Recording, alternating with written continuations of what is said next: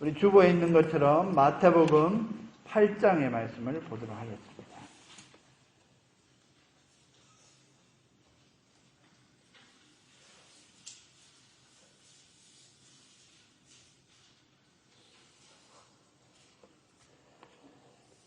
물론 오늘 구절은 본문은 요 본문이지만 오늘 말씀은 8장 전체의 말씀을 보려고 합니다.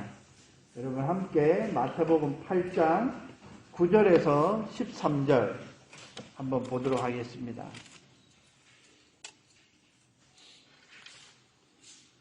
제가 한 절, 여러분이 한 절 같이 읽겠습니다.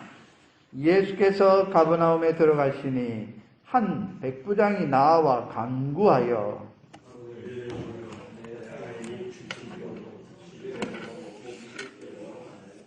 가라사대 내가 가서 고쳐주리라.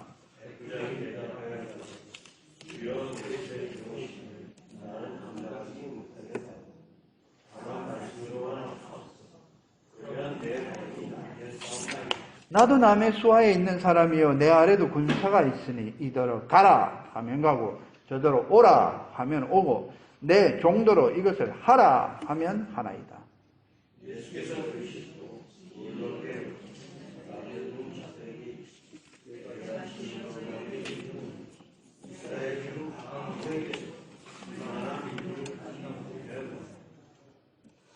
또 너희에게 이르시되 동서로부터 많은 사람이 이르러 아브라함과 이삭과 야곱과 함께 천국에 앉으려니와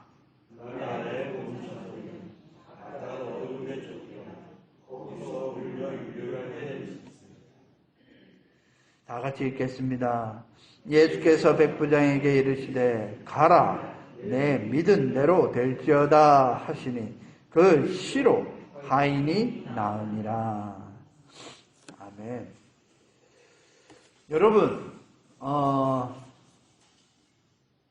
8장에만 우리가 말하는 기적, 이적, 병고침 몇 번이 나오는지 아십니까? 그 중에서 한 구절만 본 거예요. 여러분 8장과 9장에는 이상하리만큼 병고침, 귀신 쫓아냄, 기적, 이적, 치유까지 총 11가지나 등장을 합니다. 11가지. 이전에는 계속 말씀만 하시던 주님이 8장, 9장에 걸쳐서는 계속 나옵니다. 그것도 한두 번도 아니고 11번이나. 이런 장면, 저런 장면. 여러분 사실 다시 한번 기억해 보세요. 5장, 6장, 7장 잘 아시는 것처럼 예수님이 공생의 사역의 첫 번째 산상수훈 긴 설교의 말씀을 하셨습니다. 그 이후에 8장, 9장 뭐죠? 방금 말씀드린 것처럼 11가지의 이적과 기적으로 쫙 말씀을 하세요. 여러분 여기에 무슨 의미가 있지 않겠습니까? 그거를 오늘 8장을 통해서 한번 살펴보려고 하는데요.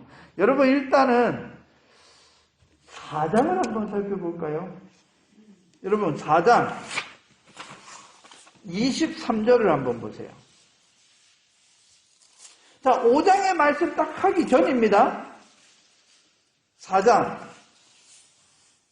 23, 4, 5절 제가 빨리 읽겠습니다. 예수께서 온 갈릴리에 두루 다니사 저희 회당에서 가르치시며 천국 복음을 전파하시며 백성 중에 모든 병과 악한 것을 고치시니 4가지 나옵니다. 두루 다니시며 가르치시며 전파하시며 고치시니 그의 소문이 온 수리아에 퍼진지라 사람들이 모든 앓는 자 곧 각색 병과 고통에 걸린 자, 귀신 들린 자, 간질하는 자, 중풍병자를 데려오니 저희를 고치시더라. 갈릴리와 데가볼리와 예루살렘과 유대와 요단강 건너편에서 허다한 무리가 쫓으니라. 여러분 9장 35절 보실까요? 9장 35에서 38절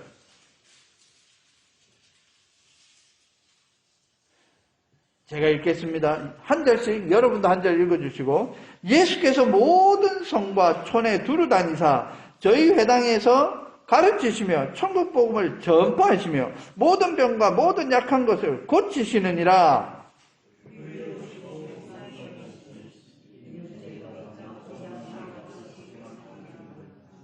참 우리가 찬송가 453장처럼 주는 나의 목자가 되어서 참 편안했는데, 진짜 주님이 왔을 그때에는 뭐요? 목자 없는 양과 같이 고생하면 유리한다 했어요. 37절 이에 제자들에게 이르시되 추수할 것은 많되 일꾼이 적으니. 다 같이 읽겠습니다. 그러므로 추수하는 주인에게 청하여 추수할 일꾼들을 보내어 주소서 하라 하시니라. 바로 10장 1절에 예수께서 12제자를 부르시니. 여러분, 제자 12명의 제자, 사도 대단한 사람이 아니고요, 양이 목자 없는 양같이 유리하며 방황할 때에 하나님께서 일꾼이 필요해서 부르신 자들을 제자라고 하는 겁니다.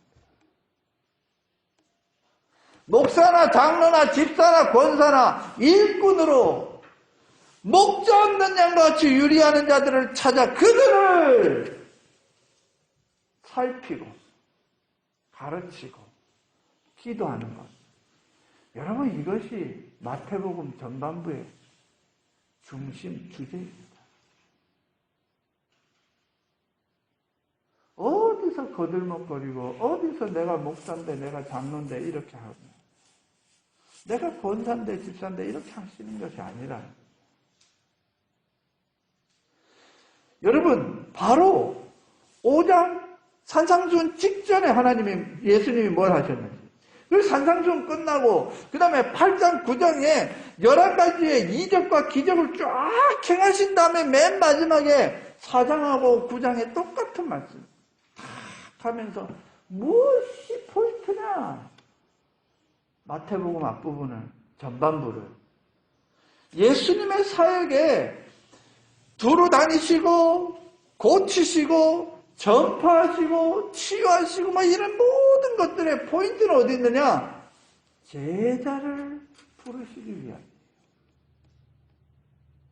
그 제자가 저와 여러분이 되어야 되는 것이 교회의 존재 이유고 내가 신앙생활하는 이유입니다. 이상하네?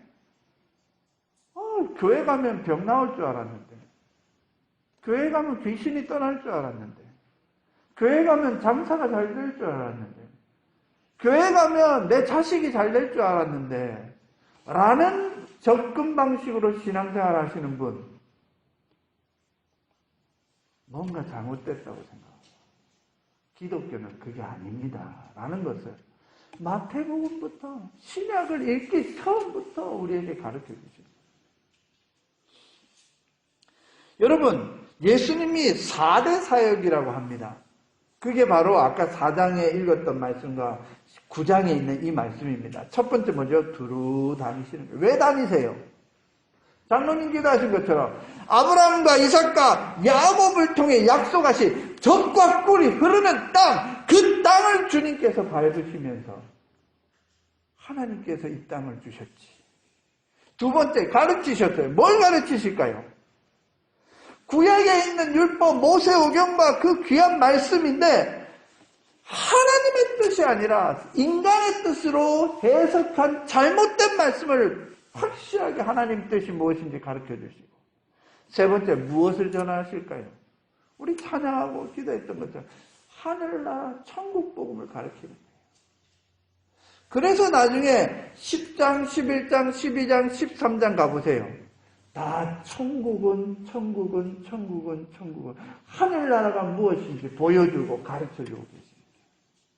그 다음에 마지막에 목자 없는 양과 같이 정말로 시편 23장 우리가 453장 불렀던 것처럼 정말로 주는 나의 목자, 푸른 풀밭과 맑은 초장으로 인도하는 그 목자, 그 목자를 따라다닐 때에 뭐가 된다고요? 고치는 역사. 이 고치는 역사가 바로 주님이 주님 되시고 이 땅에 오실 하나님의 은혜라 이겁니다. 그런데요, 예수 그리스도는 없어지고 내 믿음과 신앙은 없어지고 무엇만 남았느냐? 병 고치는 것만 남은 거예요. 귀신 쫓아내는 것만 남는 거예요. 마귀도 병 고치고 마귀도 마귀가 마귀를 쫓아냅니다, 여러분. 이적과 기적, 모세 10가지 재앙 중에서 이집트의 술사들이 물을 피로 바꾸고, 그죠? 지팡이가 뱀으로 변하고 다 똑같이 하잖아요. 똑같이 합니다. 2단도 3단도 귀신을 섬기는 자도 무당도 할 거 다 합니다, 여러분. 어디 우리 기독교를 그 수준으로 평가절하십니까? 절대로 그래서는 안 됩니다.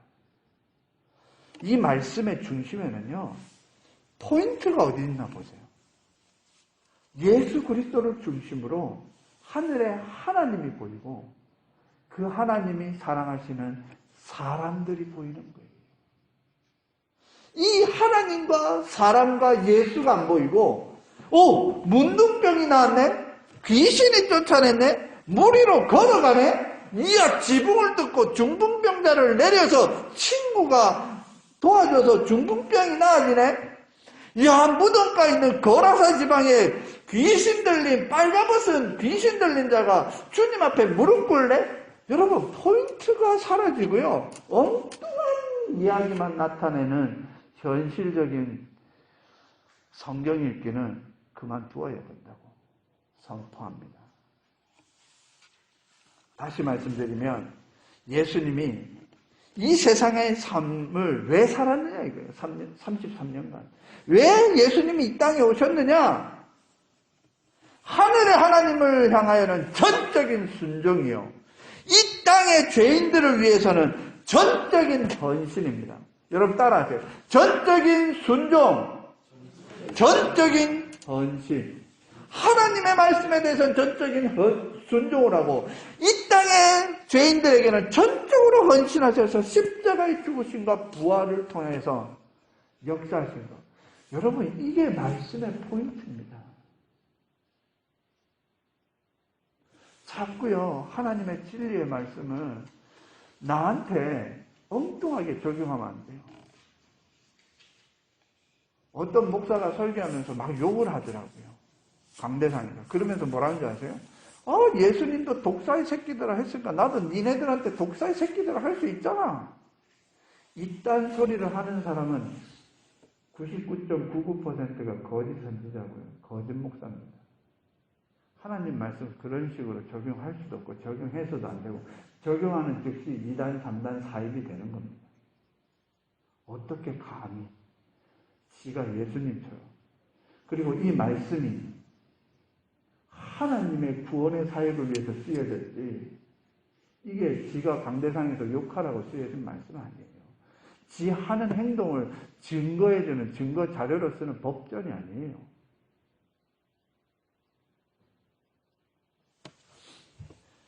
여러분 5장에서 7장까지의 말씀은요. 여러분 아시다시피 제가 간단하게 얘기하면 언어적인 사역일 수 있어요. 말하니까 입술로만 하는 사역일 수 있어요. 그냥 깨달은 것을 선포하는 말씀이 있어요. 교육적이고 정적이고 교회 안에서 여러분 그런데요. 반대적인 입장에서 보면 뭔지 아세요? 말만 하는 종교네. 입술만 있는 종교네. 머리에만 있는 종교네. 그게 산상수훈입니다. 야, 여러분 무섭지요.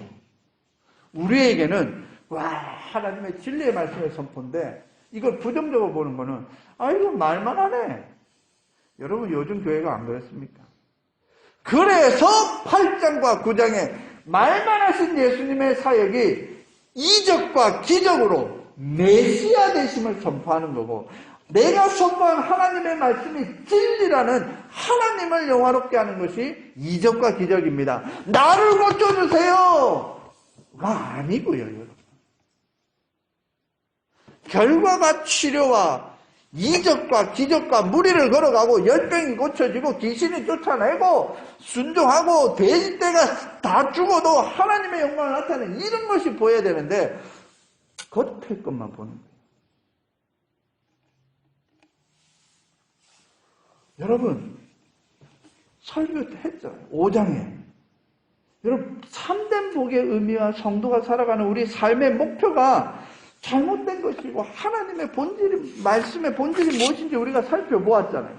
6장을 통해서 참된 경건의 모습이 무엇인지, 하나님께서 원하시는 삶이 무엇인지 알려주셨잖아요. 진짜 구제, 진짜 기도, 진짜 금식이 뭐고, 나중에 내가 너에게 좋은 것, 뭐라고요? 성령을 주시겠다 하시지 않았어요.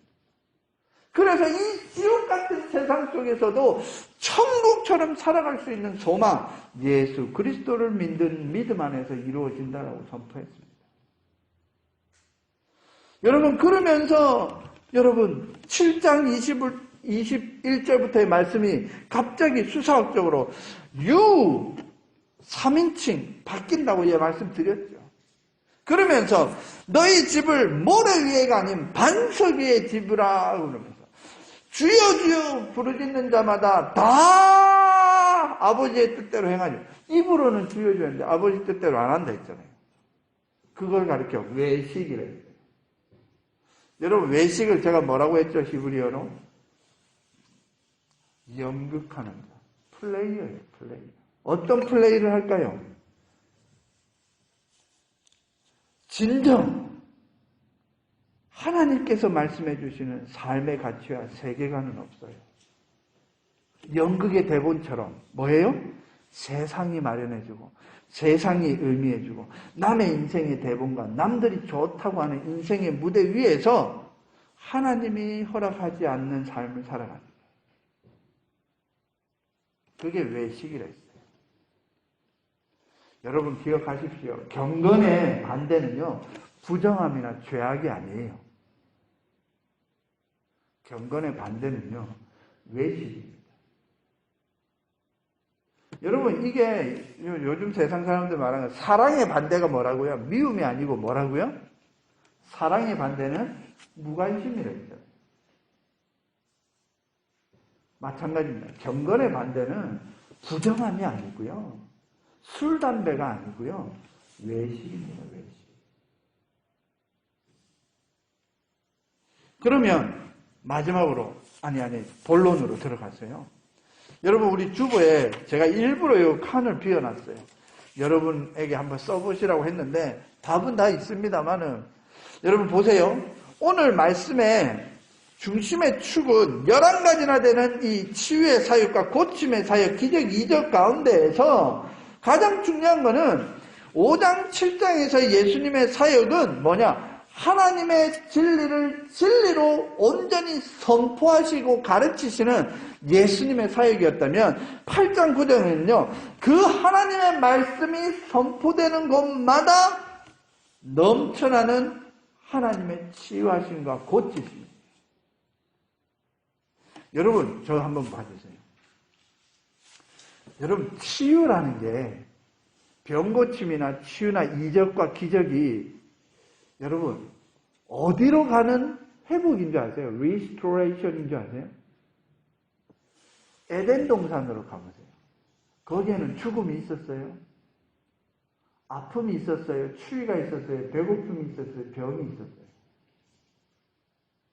하나님의 새로운 창조가 New Generation, New Creation. 여러분 이게 치유예요. 아픈 게 낫는다, 그게 치유가 아니에요. 여러분 예수님이 사역하시면서 죽은 자를 3명이나 고치셨어요. 그 죽은 자가 그 죽음에서 살아났어. 예를 들어서 나사로 보세요. 예수님의 친구 나사로 4일 동안이나 그 무덤가에 돌구덩이 안에 들어가 있어서 썩은 내가 진동하고 있을 때 예수님이 일어나라 나사로야 나오라 하니까 걸어 나왔어요. 그러면 그 나사로가 안 죽었어요? 예수님이 살려줬는데 안 죽어야지. 천년만년 살면서 나는 예수님이 살려주신 나사로야 이러면서 다녀야지. 그 뒤에 나사로는 똑같이 저와 여러분처럼 늙고 죽었어요. 뭐가 문제예요? 나사로가 살아났다는 게 죽음에서 살아난, 우와! 이게 중요한 거예요. 잘 생각해 보세요. 자, 중풍병자 여기서 나오죠. 친구 여러분 잘 아시는 것처럼 지붕을 뜯어서 내렸어요. 중풍병자가 일어나 걸어가라. 병이 고쳐진 거에 포인트예요. 뭐가 포인트였어요? 그 친구들의 믿음이 포인트였어요. 나사로를 살리시면서 예수 그리스도께서 하나님의 아들이심을 증거하는 그 예수 그리스도의 포인트예요. 어떤 질병은요, 사람에게 포인트가 맞춰서 그들의 믿음이고요. 어떤 포인트는요, 하나님이 하나님 되심이 포인트고요. 어떤 이적과 기적은요, 예수 그리스도께서 하나님의 아들이심을 믿었더라. 여러분, 이적과 기적은요, 하나님의 하나님 되심, 주님이 주님 되심, 그 다음에 우리 인간들의 부족한 믿음이 채워지심, 거기에 포인트가 되어야지. 병이 나왔어, 귀신이 나갔어, 야 예수님이 무리를 걸어갔어, 중풍병자, 죽은 자가 살아났네, 여기 아니에요. 포인트를 자꾸 세상하고 똑같은 기준으로 보면 일이 됩니다. 왜 성경에서는 다 고쳐졌는데 왜 지금은 안 고쳐졌냐고. 야야야, 어떤 목사님은 고치신대, 어떤 권사는 기도하면 병이 낫는데, 어떤 장로는 잡기만 하면 일어난대.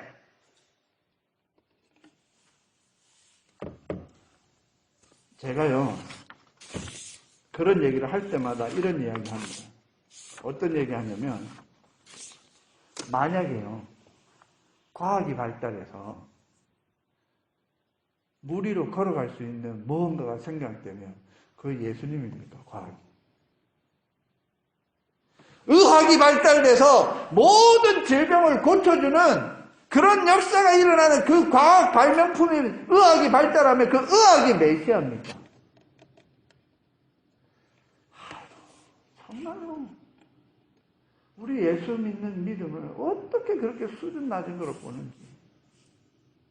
그러니까 한번 가짜는 영화 감독이 영화 하나 딱 만들면서 헬리에서 영화가 잘 되면 야, 꼭 그 영화에 나오는 주인공이나 그 과학이나 발전상이 이게 하나님처럼 보이지 않으세요? 가끔가다 외계인들이 하나님처럼 나오잖아.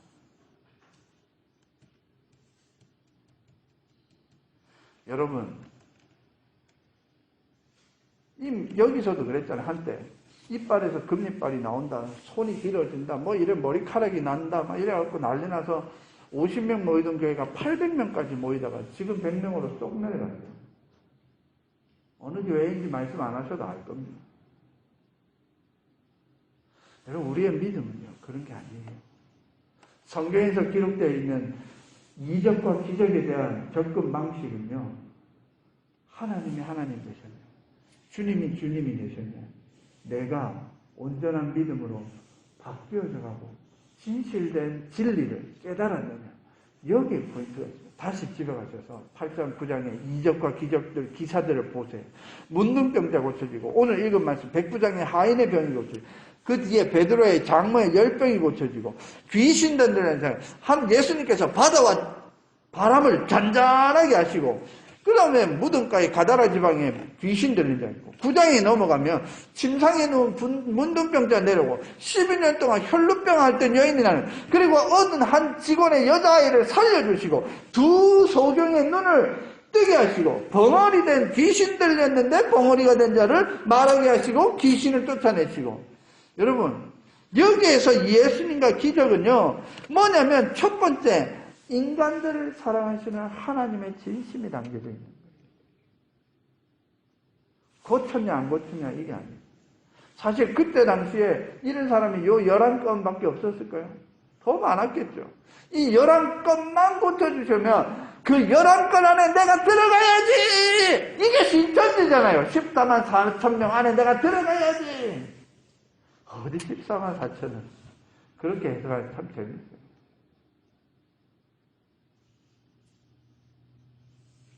다시 되묻고 싶습니다. 2000년 동안 이런 기적이 예수님보다 더 많은 기적과 이적이 있었던 것이 예수님 전에도 예수님 이후에도 있었어요? 어떤 역사 가운데 예수님 때처럼 이적과 기적과 고침과 죽은 자가 살아난 보셨어요? 그런데 맨날 우리는 그래요. 어떻게 요즘에는 안 하지? 목사들이, 장로들이, 권사들이 기도를 안 하고 막 이래. 여러분, 그때 귀신이 역사하십니다. 역사하십니다.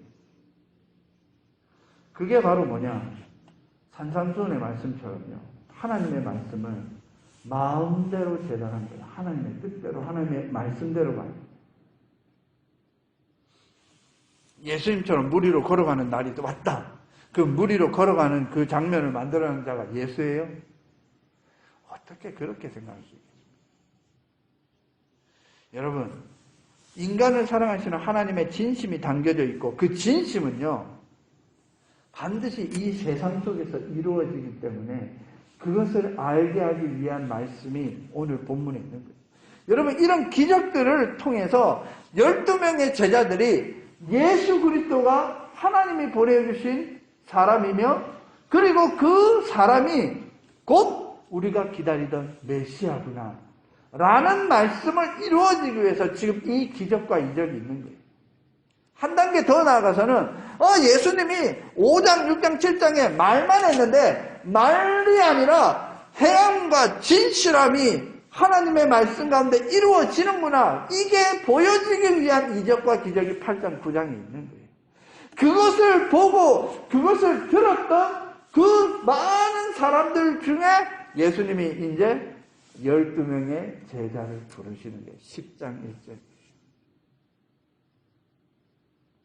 그 말은요, 우리도 예수님의 제자가 되어야 된다는 거예요. 장로님 기도하신 것처럼 아브라함과 이삭과 야곱과 이스라엘 족속만이 그들의 믿음이 아니라 그 아브라함과 이삭과 야곱의 믿음을 갖는 우리들도 이스라엘의 영적인 자녀인 것처럼 예수님의 12명의 제자만 제자가 아니라 이 자리에 앉아 계신 저와 여러분들이 바로 예수님의 제자로서의 삶을 살아야 되고 제자가 되어야 된다는 사실을 우리에게 알려주는 것이 오늘의 말씀입니다. 고침받는 한 사람에게 포인트가 아니고요. 고쳐졌다 이게 아니고요. 그 고침을 받은 한 사람이 하나님을 믿었고, 그러니까 그 믿음에 초점이 맞춰야 되고, 그리고 예수님께서 이 고쳐주신 이유는, 기적을 행하신 이유는 예수님이 메시아야. 예수님이 우리를 위해서 십자가를 지실 뿐이야. 이사야에 기다렸던 바로 그 고난의 종이야. 이것에 초점이 맞춰져 있고, 마지막으로 하나님께서 이 모든 것을 이루어 주시는 거예요. 예수님이 뿅뿅뿅 한 게 아니고요. 예수님이 기도하시고 예수님이 하나님의 말씀을 이루시고 하나님의 뜻을 이루시기 위해서 그 일을 하신 거예요. 그래서요, 여러분, 하나님께서 살리시면 살리신 대로 이유가 있고요. 하나님이 죽이시면 죽이신 대로 이유가 있는 거예요. 우리가 여러분 늘 얘기하죠. 사나 죽으나. 제가 목사 되기 전에 저희 고신교단에는 3년 동안이나 강도사를 해야 돼요. 어느 교단도 3년 동안 강도사 하는 데는 없어요. 1년이나 뭐 통합 같은 경우에는 주목, 합동하고 뭐 이런 데는 이제 강도사 이래겠는데, 강도사가 뭐냐면 이 강대상에서 설교를 할 수 있는 권한이 주어진 사람을 강도사라고 해요. 아무나 여기 와서 설교하는 게 아니에요. 그런데 저희는 반드시 3가지가 필요해요. 목사 안수 받기 위해서는 3년, 만 3년 동안 해야 되고, 반드시 무급이 아닌 유급으로 사역을 해야 되고, 반드시 결혼을 해야 되고, 그리고 정식적인 교회에서 사역을 해야지만 나중에 목사 안수를 받을 수 있어요. 36개월 지나고 나서요. 그래서 저는 4년 신학교하고, 3년 신대원하고, 3년 그것이 강도사하고, 그래서 저희 고신교단은 목사 되려면 최소한 14년 있어요. 군대까지 갔다. 요즘처럼 신학교 졸업했다 바로바로 안수주고 이런 게 아니에요. 중요한 거는 그러한 과정들 속에서 뭐가 있냐? 정말로 내가 하나님 앞에서 신실한 목회자냐 아니냐 찾으라는 거예요. 신학교 들어가서도 교수님이, 신대원 들어갈 때도 교수님이, 나중에 강도사 되고 나서 강도사 교육을 받아야 돼요. 총회에서. 논문도 써야 돼요. 할 때마다 목사님들이 네가 진짜 목사가 될 수 있는 자격이 있고 진짜 하나님께 부르심을 받았는지 네 스스로 확인하고 안 하면 돈 벌러 가. 4번이나 그 얘기를 들었어요. 열심히 신학교에서 4년간 공부 끝나고 졸업하는데 교수님, 신대원 들어갔는데 또 교수님, 신대원 졸업을 앞두고 강도사가 되기 전에 나중에 목사 안수 받기 전에 또 교단의 총회에 있는 고시부 목사님이 네 진짜 하나님께 부르심을 받았는지 확인해라. 목사가 될 자격이. 제가 12년 동안 4번이나 네가 진짜 하나님 부르심 받았고 네가 진짜 목사가 될 것인지 아닌지 이야기 들으라고 했어요. 몇 년 전이에요? 17년 전에. 자, 이제 제가 목사 안수 받은 지 18년 전인데요. 18년 동안 내가 뭘 했나 생각해 봅시다. 목사로서 살아왔느냐? 그러면 당당하게 말 못해요. 중앙장로교에 제 후배가 있어요. 정상중 목사라고 후배가 있는데 그 친구는 정말로 우리가 말하는 엘리트 코스만 쭉쭉 밟았어요. 우리 고신교단 안에서도 대단한 큰 교회 장로의 아들로서 우리가 말하는 이 친구는 가는 곳마다 큰 교회만 가다가 미국까지 와서 또 중앙장로교 부목사로 지금 몇 년째 있는지 몰라요. 전화 한번 왔더니 형님 한번 오세요. 그래서 자기 방에서 커피 대접하면서 그때 제가 우보 열심히 하고 있을 때 개척하고 있을 때 개척 1년 차였을 때 나가 뭘 하고 있지? 막 비교 분석이 되는 거예요. 그런데요, 그때 하나님이 저에게 주신 말씀이 이 말씀 주시면서 내가 너를 제자로 불렀지 목사로 불렀나? 제가 미국에 오자마자 2006년 12월 달에 미국에 오자마자 그거를 깨닫게 해주신 하나님께서 2016년 개척 1년차 때 하나님이 저에게 똑같은 은총을 주신 거예요.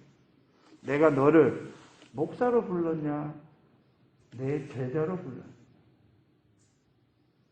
남자 여자 집사 장로 권사 다 차포 다 떼고요. 내가 진짜 하나님의 성도요. 내가 하나님의 제자인지를 살피시는 이 마태복음의 말씀 됐으면 좋겠습니다. 정말로 내가 하나님 앞에서 성도를 사는지. 여러분 그게 바로 하나님의 사랑의 진실은요. 이 세상 속에서 이루어지는 거예요. 내가 어디에 있든지 어느 곳에 있든지 어떤 순간이든지. 여러분 이제 마지막으로 한 말씀만 더 보겠는데요. 제가 한번 여러분께 한번 언급을 드렸을 건데 여러분 8장 한번 보세요. 8장 29절.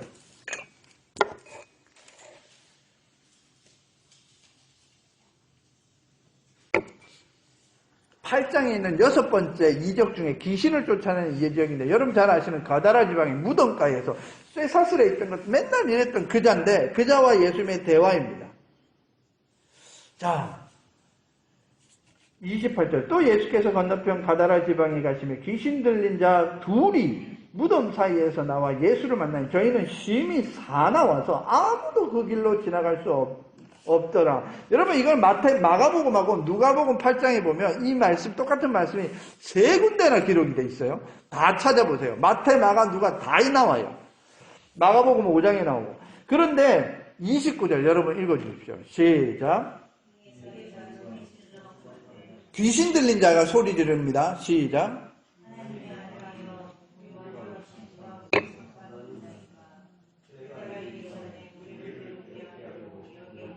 와, 여러분 이 사람은 뭘 알고 있었냐면 예수님이 하나님의 아들임을 정확하게 알고. 야, 귀신이 대단하죠. 아무도 아직까지 예수님의 제자들이나 다른 사람들도 하나님의 아들인 거 모르는데 귀신은 안 해. 계속 귀신 같아요. 저와 여러분들이 귀신이 우리의 영적인 상태를 정확하게 알 수는 없어도 내 삶에 리플렉스된 삶의 결과를 보면 내가 어떤 놈인지 막 찔릴 때 내가 막 찔림을 당해. 와, 부끄럽고 근데 가끔가다 나를 교만하게 만들 때도 있어요. 야, 너 몇십 년 동안 예수 잘 믿었잖아.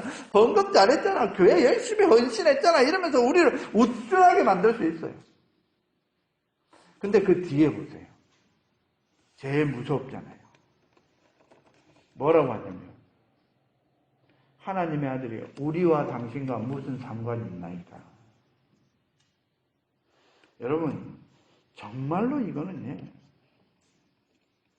예수님의 별명이 뭐죠, 여러분? 그 크리스마스 때 가면 또 맨날 또 얘기할 거잖아요. 임마누엘, Jesus, God is with us. 우리와 함께 하십니다. 여러분 이거는 그때만 함께하는, 크리스마스만 함께하는 게 아니라 내가 죽을 때까지 나와 함께 동행하시는 거예요. 에녹을 보세요. 65세가 됐던 에녹이 300년 동안 하나님과 동행하다가 하나님이 저를 데려가셨다. 그때 동행이 뭐예요? 그게 임마누엘이에요. 그런데 마귀는요, 뭐라고 하냐면, 떠나가요. 당신과 내가 상관이 없대요. 자, 하나님의 아들 예수 그리스도를 아는데, 하나님하고 나하고 상관이 없대요. 여러분, 이게요, 임마누엘은 아주 가까운 관계성인데, 마귀는요, 그 관계성을 절단해서 뭘 한다고요? 반항하고 불순종이에요. 임마누엘을 꺾어버려요. 함께 하심을 꺾어버려요. 어느 때? 특별히 죄 지을 때. 이건 아닌데 죄 지을 때 하나님이 눈 감듯이 자기도 눈 감아버려요. 여러분 제가 5장, 6장, 7장 설교하면서 영적인 전쟁한다 그랬잖아요. 여러분 이런 영적인 전쟁은 가장 중요한 것은 귀신이 나타나고 나를 아프고 괴롭게 막 이게 아니고요. 하나님으로부터 멀어지게 하는 거예요. 성경 읽기가 싫어지고요. 찬양 듣기가 싫어지고요. 남욕하는 시간이 재밌고요. 험담하는 게 재밌고요. 내 눈이 들보를 깨닫지 못하고 티끌만 보여질 그때가 뭐냐? 바로 예수님 당신과 내가 무슨 상관이 있어요? 떠나주세요. 하는 마귀의 공격을 당하고 있는 겁니다. 더 무서운 거는 맨 마지막에 있습니다. 우리를 괴롭게 하려고 이 땅에 오셨습니다. 여러분 너무 무섭지 않아요? 솔직히 이 마귀는 정확한 말을 한 거예요. 왜? 마귀 입장에서 보면 지를 괴롭게 하러 오신 분이 여호와 하나님이신 거예요. 예수님이 이 땅에 오셔서 마귀 사탄의 사역을 무너뜨리잖아요. 그 괴계와 결박을 브로큰 하시잖아요. 그런데 우리에게는 그게 아니라 마귀한테는 그래도. 그런데요, 우리에게 적용해서 마귀는요, 예수님이 이 땅에 오신 이유를 곡해하고 귀찮고 힘들고 어려운 것으로 만들어요. 주일날 와서 예배드리는 거 귀찮아.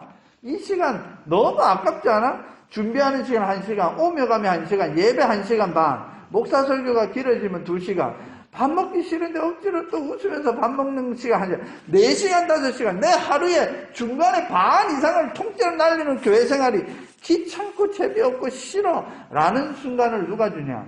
마귀가 주는 거예요. 우리를 괴롭게 하려고 하냐.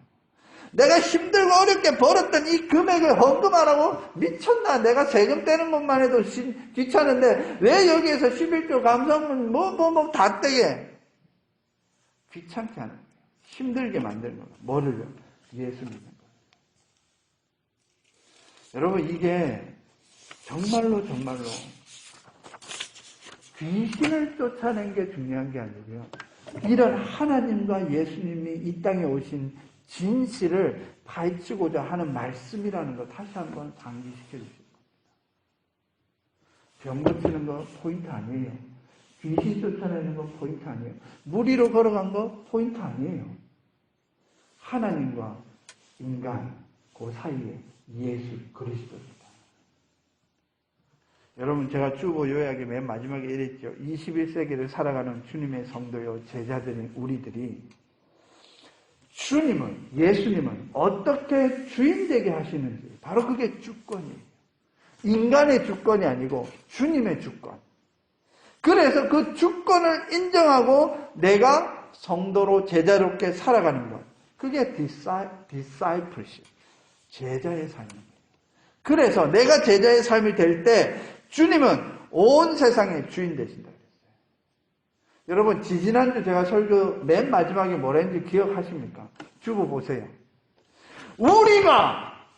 내가 어떻게 살고, 내가 성도로 성도답게 살고, 내가 제자로 제자롭게 살 때, 그때 예수님의 권위로 쓴다라고 말씀드렸죠. 세상 사람들에게 예수님이 이런 권위를 가지고 있어, 이렇게 해봐야 의미가 없어요. 내가 이렇게 사니까, 와, 예수님의 권위가 나의 삶과 우리 방금 읽었던 시편 19장처럼 내 입술의 말과 마음의 묵상이 주님께 연락될 때 세상이 예수님의 권위를, 교회의 권위를, 성도의 권위를 인정하는 줄로 믿습니다. 론십, 이 온 세상의 주인 되신 주님이 주님 되는 것은 저와 여러분들의 디사이플십이 회복될 때 이루어질 줄로 믿습니다. 기도하시겠습니다.